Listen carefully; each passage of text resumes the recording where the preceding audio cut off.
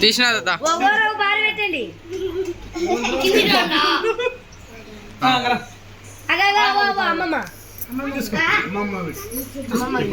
అమ్మమ్మ పెట్టాలి నోట్లో పెట్టుకోమా బాబు